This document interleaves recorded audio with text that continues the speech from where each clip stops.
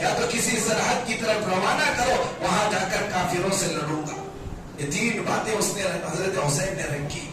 عبید اللہ ابن زیاد جو ظالم تھا، زانی تھا، جو دشمن تھا مسلمانوں کا، اس نے نہ مانی۔ اس نے یہ پیغام بھیجا، یزید سے ملنا چاہتے ہو یا مکہ مدینہ واپس جانا چاہتے ہو یا کسی سرحد پر جانا چاہتے ہو، یہ تینوں باتیں اس وقت تک قبول نہیں کی جائیں گی جب تک عبید اللہ بن زیاد پر بیعت نہ کر لو ہاتھ پر۔ حضرت حسین نے کہا میں نواسے رسول ہوں، میں اہل بیت میں سے ہوں، میں نبی کے خاندان میں سے ہوں، ایک ظالم زانی کے ہاتھ پر میں بیعت کرنا نہیں چاہتا۔ مجھے مرنا پسند ہے، مجھے شہید ہونا پسند ہے، مجھے موت پسند ہے، لیکن ایک ظالم کے ہاتھ پر ہاتھ دو اور ایک زانی کے ہاتھ میں ہاتھ دو اور اس کے ہاتھ پر ہاتھ دے کر بیعت کرو، یہ مجھے پسند نہیں ہے۔ بیعت کرنے سے حضرت حسین انکار کیے۔ عبید اللہ ابن زیاد سے کہا میں بیعت نہیں کروں گا، میں مرنے کے لیے تیار ہوں۔ جیسے ہی حضرت حسین کی یہ بہادری عبید اللہ ابن زیاد کو معلوم ہوئی، محرم کی شروعات تھی، عبید اللہ ابن زیاد نے اس 4000 کے لشکر سے کہا چلو ان کا کھانا پینا بند کر دو، ان کا کھانا پینا بند کر دو۔ کھانا جو اناج لے کر نکلے تھے مکے سے وہ راستے ہی میں ختم ہوا تھا، بچا کچا جو کچھ تھا وہ سارا کھانا ختم ہو گیا، پانی ختم ہوا۔ کربلا کے میدان کے قریب دریا تھی، جب بھی پانی لینے کے لیے جاتے تھے پانی سے روکا جاتا، جس مٹکے میں پانی بھر لیتے تھے حضرت حسین کے رشتے دار خاندان والے اس مٹکے کو ختم کر دیا جاتا، پھوڑا جاتا۔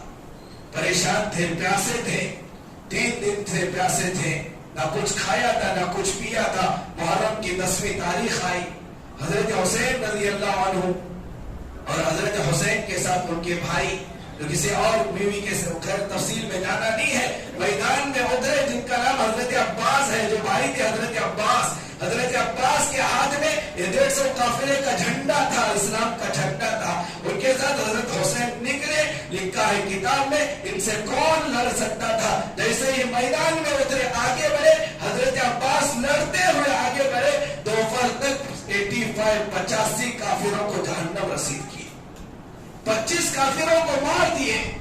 دوپہر تک یہ سارا معاملہ، اب وہ تھرا گئے، پریشان ہو گئے، ہم ان کا مقابلہ نہیں کر سکتے، کون حضرت حسین کا مقابلہ کر سکتا ہے، کون نواسے رسول کو مار سکتا ہے، کون عباس کو مار سکتا ہے۔ جیسے ہی دوپہر کا وقت ہوا، نماز کا وقت ہوا، میدان جنگ میں ہے، حضرت حسین نے سارے ساتھیوں سے کہا نماز کا وقت ہوا ہے، لہذا جنگ کو ختم کرو، بند کرو، نماز کی نیت باندھو۔ گھوڑے پر سوار ہے، اسی وقت تیمم کیا، پانی تو پینے کے لیے نہیں تھا، وضو کہاں سے کرتے، اسی وقت نماز کی نیت باندھی، میدان جنگ میں نماز کی نیت باندھ کر قیام کیا، رکوع میں گئے، پھر اسی طرح سجدے میں گئے۔ جیسے ہی حضرت حسین سجدے میں گئے، دشمن نے ایک تیر پہلی چلائی، جو تیر حضرت حسین کی ٹوڑی پہ جا کے لگی، اور دوسری تیر حضرت حسین پر چلی، جس کے ذریعے سے حضرت حسین شہید ہو گئے۔ نماز کی حالت میں، سجدے کی حالت میں حضرت حسین شہید ہوئے۔ ظالموں کا دل نہیں بھرا۔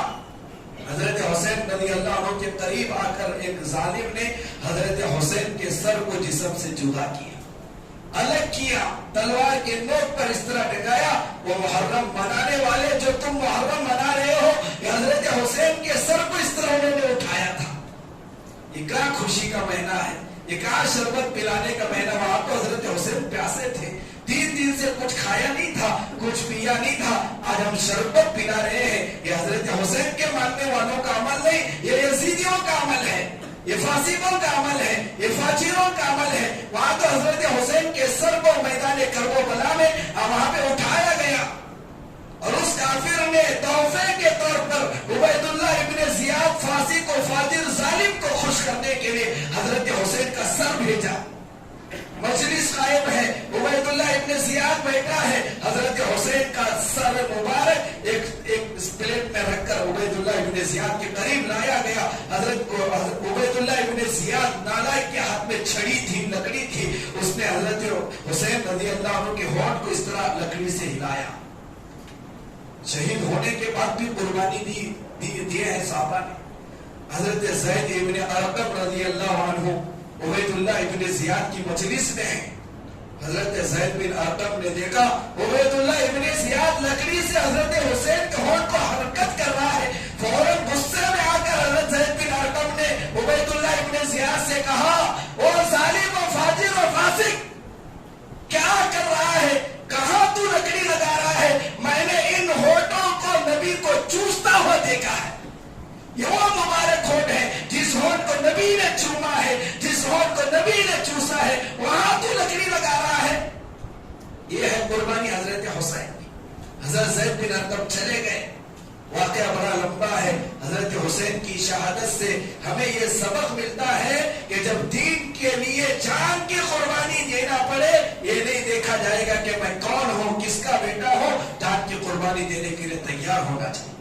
جب بھی ضرورت پڑے دین کے لیے جان کی قربانی، مال کی قربانی، جس چیز کی قربانی بھی ہمیں اسلام مانگے ہم دینے کے لیے تیار ہو جائیں ہوں گے انشاءاللہ. اور دوسرا سبق ہمیں یہ ملتا ہے، حضرت حسین ان دنوں میں پیاسے تھے، بھوکے تھے، روزے سے تھے. لہذا حدیث میں بھی آتا ہے کہ ان دنوں میں روزہ رکھیں. 10 محرم کو شربت پینے کے لیے نہیں کہا گیا، روزہ رکھ کر حضرت حسین کی سنت کو ادا کرنے کے لیے کہا گیا. یہ کرنے والے کام ہے، چونکے کھانے کے لیے نہیں کہا گیا. کہاں سے آ گیا؟ یہ شیعہ والوں کی ایجاد کرتا ہے. ناراض نہ ہونا، یہ مسلمانوں کا شیوا نہیں ہے، یہ مسلمانوں کا عمل نہیں ہے. یہ ناچنا، یہ گانا، یہ آنچ پر کودنا، انگاروں میں جانا، یہ کہاں سے آیا؟ یہ اور یہ غم کا بھی مہینہ نہیں ہے. شادیاں نہیں کرتے، غم کیوں غم منائے؟ قرآن کہتا ہے وَلَا تَحْسَبَنَّ الَّذِينَ قُتِلُوا فِي سَبِيلِ اللَّهِ أَمْوَاتًا، جو اللہ کے راستے میں اپنے جان کو دے دیے، جو شہید ہوئے، تم انہیں مردہ نہ کہو. اللہ کے راستے میں مرنے والے مردہ نہیں. قرآن کہتا ہے بل احیاء، وہ تو زندہ ہے. عند ربهم یرزقون، اللہ قبر میں بھی انہیں رزق عطا کرتا ہے. یہ غم کا مہینہ بھی نہیں ہے، ماتم کرنے کی کوئی ضرورت نہیں ہے. اگر حضرت حسین کی شہادت پر اگر ہمیں غم کرنا ہوتا تو پورے 12 مہینے کے ہر دن ہمارے لیے غم کا ہوگا. کوئی نہ کوئی دن کوئی نہ کوئی شہید ہوا ہے. حضرت حمزہ کی شہادت پر بھی غم کرنا پڑے گا، حضرت عمر فاروق کی شہادت پر بھی غم کرنا پڑے گا، حضرت ابوبکر کی شہادت پر بھی غم کرنا پڑے گا. الغرض حاضرین کرام، یہ کوئی غم کا مہینہ بھی نہیں، کوئی غم کا دن بھی نہیں، کوئی خوشی کا بھی دن نہیں ہے. اور یہی کھانا بنا کر کھانا ایسا کوئی دن نہیں ہے. ان 10 محرم کی 10 تاریخ کو ہمیں کیا کرنا چاہیے؟ وہ کرنا چاہیے جو اللہ کے نبی نے بتایا. کیا بتایا اللہ کے نبی نے؟ 2 کام ثابت ہیں حدیث میں، 2 ہی کام. نمبر 1، 10 محرم کو روزہ رکھنا. اللہ کے نبی علیہ الصلوۃ والسلام افضل الصیام بعد رمضان شہر اللہ المحرم، اللہ کے نبی کی حدیث ہے. اللہ کے نبی نے کہا رمضان کے بعد اللہ کے نبی کو سب سے زیادہ کسی دن کا روزہ رکھنا پسند تھا، وہ محرم کا روزہ رکھنا پسند تھا. اور ایک حدیث میں ہے اللہ کے نبی نے کہا محرم یہ تو اللہ کا مہینہ ہے، اللہ کی طرف اسے نسبت جوڑی ہے. تو یہ کام روزہ رکھنا. مکے سے مدینے کی طرف اللہ کے نبی ہجرت کر کے آئے. اللہ کے نبی نے دیکھا کہ یہودی مدینے میں یہودی روزہ رکھتے ہیں 10 محرم کو. اللہ کے نبی نے یہودیوں سے پوچھا کیوں روزہ رکھتے ہو، کیا بات ہے؟ تو یہودیوں نے اللہ کے نبی علیہ الصلوۃ والسلام سے کہا آج کے دن 10 محرم کو ہمارے نبی حضرت موسیٰ کو اللہ نے فرعون سے نجات دلائی، اور فرعون آج ہی کے دن غرق ہوا پانی میں. لہذا اس خوشی میں ہم روزہ رکھتے ہیں کہ فرعون کے غرق ہونے کی خوشی، اور حضرت موسیٰ اور بنی اسرائیل حضرت موسیٰ کو مانتے تھے، ان کے نجات پانے کی خوشی میں ہم روزہ رکھتے ہیں. اللہ کے نبی نے یہودیوں سے صحابہ سے کہا اور موسیٰ تو ہمارے بھائی ہیں، ایک نبی کا بھائی ہوتا ہے، موسیٰ تو ہمارے بھائی ہیں، لہذا ہم زیادہ حقدار ہیں کہ ہم بھی روزہ رکھیں. اور اللہ کے نبی نے کہا کہ 10 محرم کو روزہ رکھو، اور ساتھ میں صحابہ سے کہا آئندہ سال اگر میں زندہ رہوں، آئندہ سال اگر محرم میرے زندگی میں آئے، میں 1 نہیں 2 روزے رکھوں گا. کیوں؟ اللہ کے نبی نے کہا یہودی 1 رکھتے ہیں، ہم مسلمان 2 رکھیں گے تاکہ ان کے جیسا کرنے والے نہ بنے، مشابہت نہ ہو، ان کی مشابہت اختیار نہ کیا جائے. لہذا ہم آئندہ سال 2 روزہ رکھیں گے. لیکن حدیث میں آتا ہے آئندہ محرم آنے سے پہلے اللہ کے نبی کا انتقال ہو گیا، وصال ہو گیا. تو خیر اللہ کے نبی نے کہا روزہ رکھنے کا، اور 2 یا تو 9-10 آج جو روزہ ہے ماشاءاللہ بہت اچھی بات ہے، آج کے ساتھ کل بھی رکھیں، اگر آج نہیں رکھ سکے کل اور پرسوں روزہ رکھنے کی کوشش کریں، اور اس کا ثواب بھی اللہ کے نبی نے کہا ایکفر السنۃ التي قبلہ، اللہ کے نبی نے کہا صحیح حدیث ہے 1 سال کے اللہ گناہ معاف کرے، اتنی بڑی بات ہے 1 سال کے اللہ گناہ معاف کرے۔ اور دوسری چیز 10 محرم کو جو کرنے کی حدیث میں ملتی ہے، اللہ کے نبی علیہ السلام نے کہا من وسع علی عیالہ، یہ جو محرم کی 10 تاریخ کو اپنے اہل و عیال کے لیے، گھر والوں کے لیے، بچوں کے لیے، بیوی بچوں کے لیے، والدین کے لیے دسترخوان کو وسیع کرتا ہے، اللہ سال بھر اس کے گھر میں برکتیں اتارتا ہے۔ روز جو کھائے اس سے تھوڑا اچھا بنا کر کھانا، تھوڑا وسیع کرنا، وسیع کا مطلب یہ ہے اس دن تھوڑا اچھا بنا کر اچھا کھانا، اچھا کھلانا، اولاد کو اچھا کھلانے پر اللہ سال بھر میں ہمارے دسترخوان کو وسیع کرتا ہے، برکتیں اتارتا ہے۔ یہ 2 چیزیں حدیث سے ثابت ہیں۔ ان 2 چیزوں کے علاوہ جو کچھ بھی اس مہینے میں ہو رہا ہے وہ سارے منکرات ہیں، بدعات ہیں، جن کا تعلق نہ قرآن سے حدیث سے ہے۔ اللہ تبارک و تعالیٰ پوری امت کو منکرات سے، بدعات سے بچائے۔ اللہ حدیث پر، قرآن پر، شریعت پر عمل کرنے کی توفیق نصیب فرمائے۔ آمین۔ وآخر دعوانا الحمدللہ رب العالمین۔